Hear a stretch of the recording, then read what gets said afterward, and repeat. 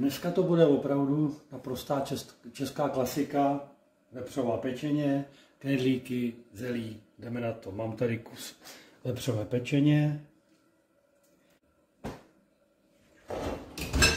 Nasolím.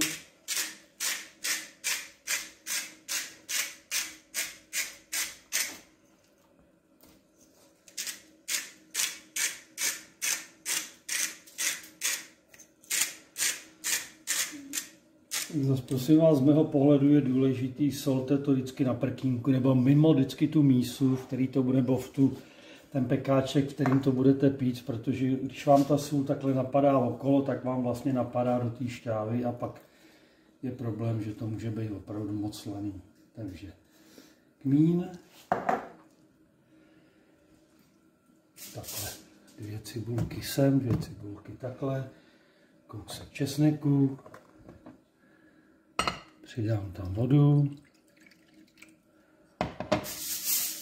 zakryju to olobalem a mám připravenou troubu na 180 stupňů a tak minimálně hodinu to tam teďka nechte. Dám to do trouby a za hodinku se na to podívám. Tak, a jdeme se na to podívat. Dám alobal. Tak krásně se nám to peče. Takhle to ještě přeleju. No a teď už to nechám bez alobalu, no a takových 20 minut to otočím a dopeču. Tak.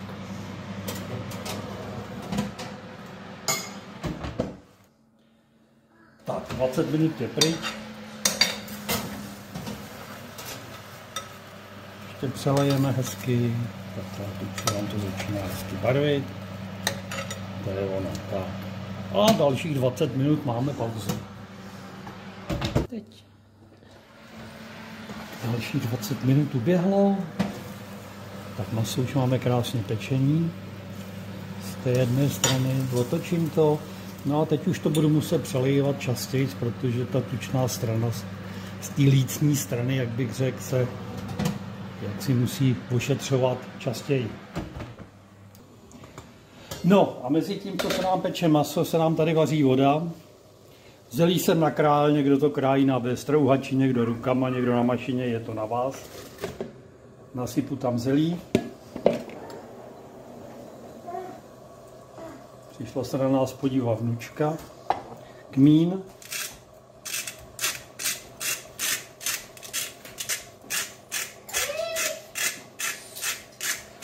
Sůl, no a necháme to vařit.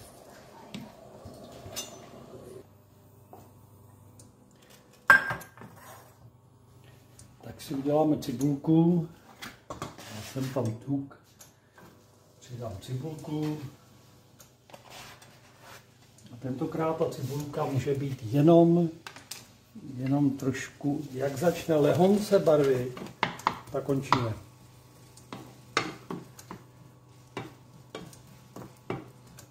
Tak, chvilku. Tak, další lehké přelítí. A šup s tím zpátky. Tak takhle světlonká, jenom zapěněná cibulka, to úplně stačí. Tak dám si to stranou a počkám, až se uvaří zelí. No. Podíváme se na to zase, koukejte, jak je to krásně barevný, zlatoučký, paráda. Takže ještě to takhle jednou přeleju, vypnu troubu a nechám to tam být, než se k tomu dostanu. Pokud nám zelí, nedá se nic dělat, nechte se chytit. Ano, krásně měkký, odsedím.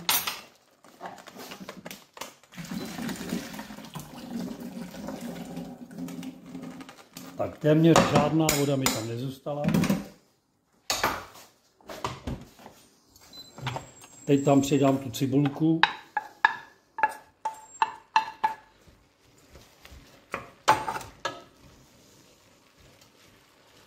No, cibulka tam je.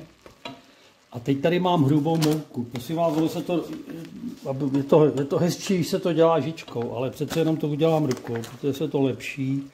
Takhle jenom trošičku hrubý mouky. Úplně stačí. Tak. Zamíchám. No a začneme ochucovat. Zase je to výrazná sladkokyselá chuť českého zelí. Takže první, co budeme hledat, je slanost. Slané je to málo. Takže přisolím. Tak. Teď tady mám ocet a cukr. Takže zase je to 1:1. 1, 2, 3.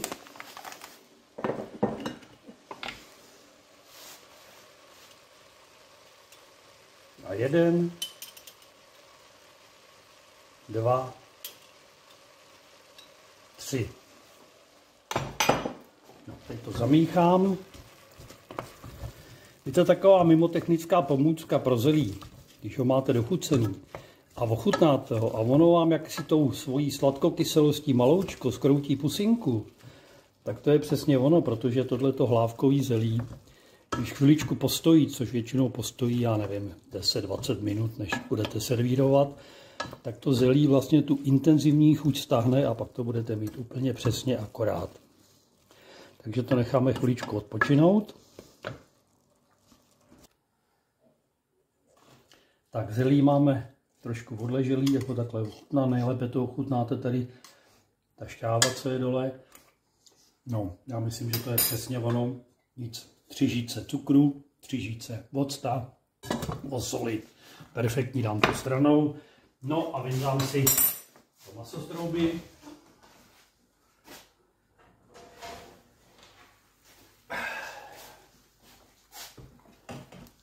Krása nesmírná, musím se pochválit. Tak, maso dám stranou.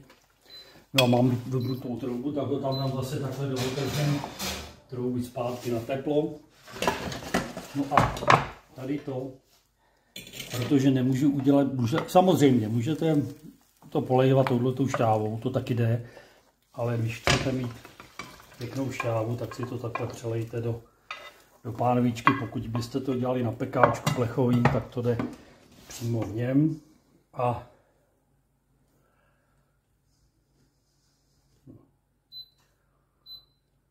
tak už to jde. No a teď je to zase o tom, že to musíte jaksi vyvařit, zredukovat, lehce orestovat, jenom lehonce zaprášit moukou, zalejete vodou, necháte provařit a máte krásnou šťávu dobrou.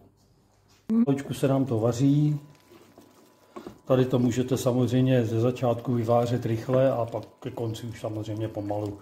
No, musíme chvilku počkat. Tak vidíte, už se nám odděluje tuk. A ještě chviličku přidáme tam půl žičky nebo 3/4 žičky mouky a ještě tak, já nevím, 2 minutky takhle to budu ristovat a už to bude dobrý. Tak vidíte, teď už mi to krásně karamelizuje, to je přesně ono, já myslím, že takhle už to bude stačit, že nemusíme to zase přehánět.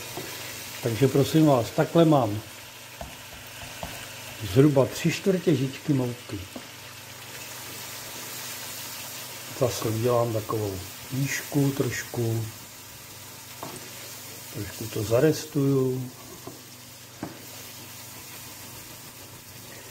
Tak to víte, no, tak řekl bych, že vaření je věc veskrze radostná, ale holt někdy to dá trošku práci, ale zase to není to, já nevím, jaderné inženýrství, že bychom z toho museli dělat větší problém, než to je. Tak to bude stačit, takhle to zaleju vodou, nechám to svařit, tak to předsedíme. Tak vidíte, šťáva se nám takhle krásně uvařila, takových 10, 12, 15 minut úplně stačí. Vidíte, takhle krásná konzistence. No a teď to takhle předsedím. Protože jsem stará škola, tak to ještě takhle vytřu s těrkou.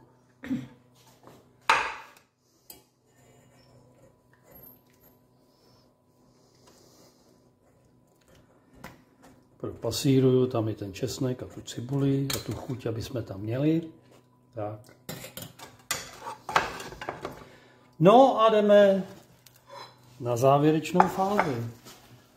Tady máme knedlíky. Musíme je srovnat, aby byly hezky. To spadlo výborně.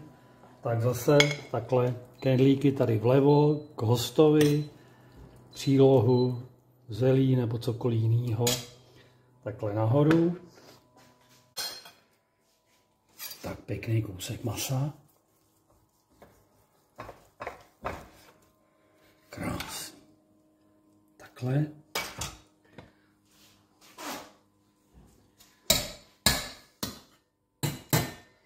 No a šťáva se takhle vypichuje, aby tam byl ten tuk a i to ze spoda. Tak, takhle to podleju. No a takhle by mělo vypadat pravé české knedlo vepřo zelo.